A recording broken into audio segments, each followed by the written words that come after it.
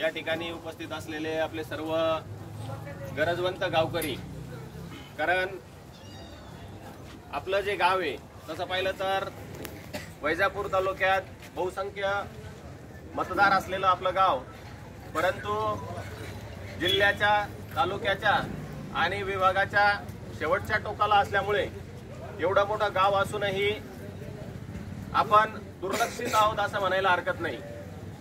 मागच्या काही वर्षात विकास कामं बऱ्याच पद्धतीनं आपल्या तिथं सुरू आहेत, परंतु जर गावाचा विकास करायचा असेल तर सर्वात महत्त्वाचं म्हणजे रस्ते चांगले असणं गरजेचं आहे। आणि आपण या ठिकाणी ग्रामीण भागात येतो, अतिदुर्गम भागात येतो असं म्हणलं तरी वावगं ठरणार नाही। रस्ता जर चांगला असेल तर दळणवळणाची साधनं वाढतात आणि बहुसंख्य आपला हा शेतकरी वर्ग आहे।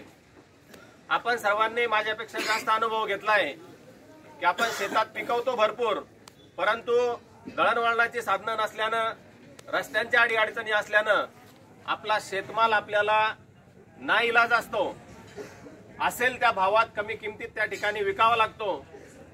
कारण जर समृद्धीकडे जर जायचं असेल तर आपला जो काही बेसिक ज्याला म्हणू आपण की जो आपला काम धंदा आहे तो चांगला असणं गरजेचं आहे।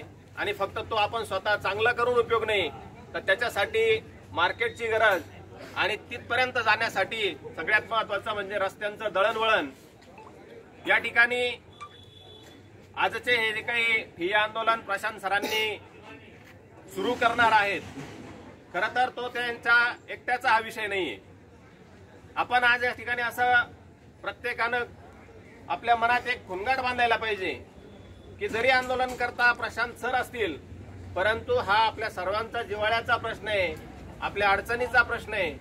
आणि ते फक्त एक चेहरा म्हणून आपल्या संपूर्ण गावाच्या वतीनं त्या ठिकाणी त्यांनी ते पुकारलेलं आहे। आपण सर्वांनी त्यात जास्तीत जास्त संख्येनं सहभागी होऊन ती ताकद वाढवणं गरजेचं आहे। कारण आपल्या सगळ्याला माहीतच आहे की आपण जसं म्हणतो की रडल्याशिवाय आई बाळाला दूध पाजत नाही, तसंच आपल्या ज्या काही अडीअडचणी आहेत, ज्या काही गरजा आहेत, जोपर्यंत त्याविषयी आपण आरडाओरडा करत नाही, ज्याविषयी आपण त्याची खंबीरपणे मागणी करत नाही, तोपर्यंत ती प्रशासकीय आणि शासकीय पातळीवर त्याची दखल घेतल्या जात नाही। हे आतापर्यंतचा एक आपला इतिहास राहिलेला आहे आणि तो दुर्दैवाचा आहे खरं तर। कारण स्वातंत्र्यानंतर एवढ्या वर्षानंतरही जर आपल्याला फक्त रस्ते, पाणी आणि वीज यासाठी जर झगडावं लागत असेल तर नक्कीच ते आपण दुर्दैव म्हणायला हवं। आणि जर आपण गटतटा असेल, राजकीय पक्ष असेल, हेवेदावे असतील, हे सर्व बाजूला ठेवून जर आपण गावाचा विकास म्हणून ज्या गोष्टी गरजेच्या आहेत, म्हणजे सगळ्यात प्रामुख्याने येतो तो रस्ता, त्यानंतर असेल ते पाणी आणि अंतर्गत सोयी सुविधा, जर यासाठी आपण आपले जे काही राजकीय, संघटनात्मक किंवा वैयक्तिक हेवेदावे बाजूला ठेवून जर एक संघपणे जर त्या ठिकाणी उभं राहिलो नाही तर आपल्याकडे कोणी लक्ष देणार नाही। हे काही नवीन सांगण्याची गरज नाहीये। सगळ्यात महत्त्वाचं या ठिकाणी एक सांगावंसं वाटतं की हे जे काही ठिय्या आंदोलन आहे किंवा ही सुरुवात आहे असं या ठिकाणी जाहीर करावं असं वाटतं की जर या माध्यमातून प्रशासनाला, शासनाला आणि संबंधित विभागांना जर जाग येणार नसेल तर यानंतर उग्र स्वरूपाचं आंदोलन आपण सर्वांनी करण्यासाठी तयार राहायला हवं। कारण आपण फक्त एखाद्या ठिकाणी गेलो, एखाद्या अधिकाऱ्याकडे गेलो आणि जर त्यांना आपण म्हटलं की आम्हाला या रस्त्याची असेल, पाण्याच्या सुविधेची असेल किंवा कुठली आणखी काही सार्वजनिक सुविधा आहे याची गरज आहे, तर आपल्या प्रत्येकाला तो अनुभव आहे का कुठलाही अधिकारी कशालाही नकार देत नाही।